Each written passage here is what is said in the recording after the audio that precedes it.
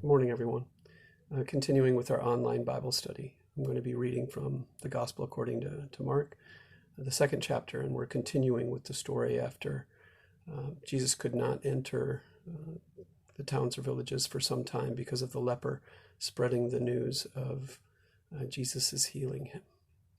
So from the Gospel according to Mark, the second chapter.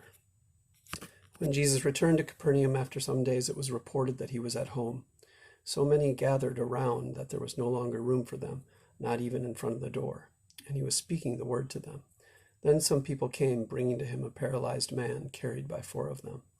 And when they could not bring the man to Jesus because of the crowd, they removed the roof above him, and after having dug through it, they let down the mat on which the paralytic lay. So question 1, what were the men willing to do to make sure that their friend could see Jesus? They were willing to go to the other side of the house and climb up on the roof and dig through the roof in order to make sure that their friend would have a chance at healing.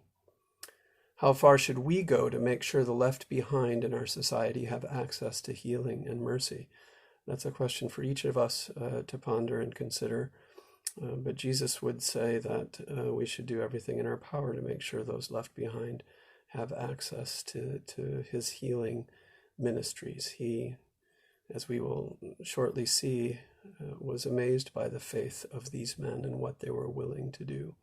May we do the same. Verse 5, when Jesus saw their faith, he said to the paralytic, "Son, your sins are forgiven." Question 2a, what would their faith have entailed at this point? Faith in abstract ideas about Jesus? I don't think so. There certainly wasn't any developed Christology here at the beginning of Jesus's ministry.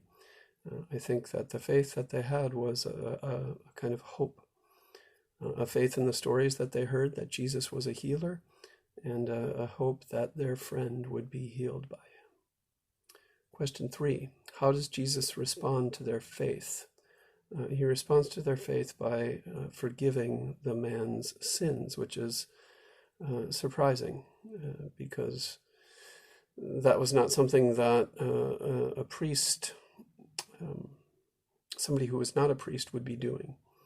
And there's a question that I have out to some of my rabbi friends about whether the men who are about to get upset about Jesus's forgiving sins, whether they're upset because he's not an official priest or whether or not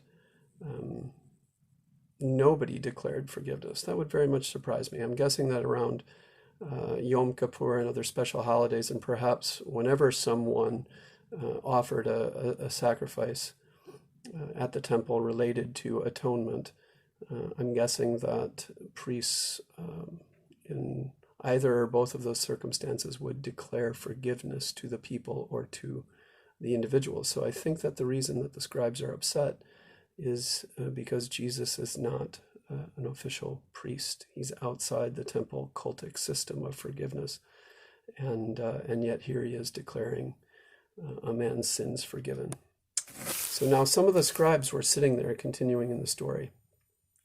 The scribes were questioning in their hearts, why does this fellow speak in this way? It is blasphemy. Who can forgive sins but God alone?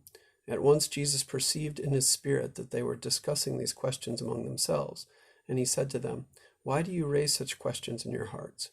Which is easier, to say to the paralytic, your sins are forgiven, or to say, stand up and take your mat and walk? I'm about to reach storage capacity on my phone, so I'm going to stop here for a second.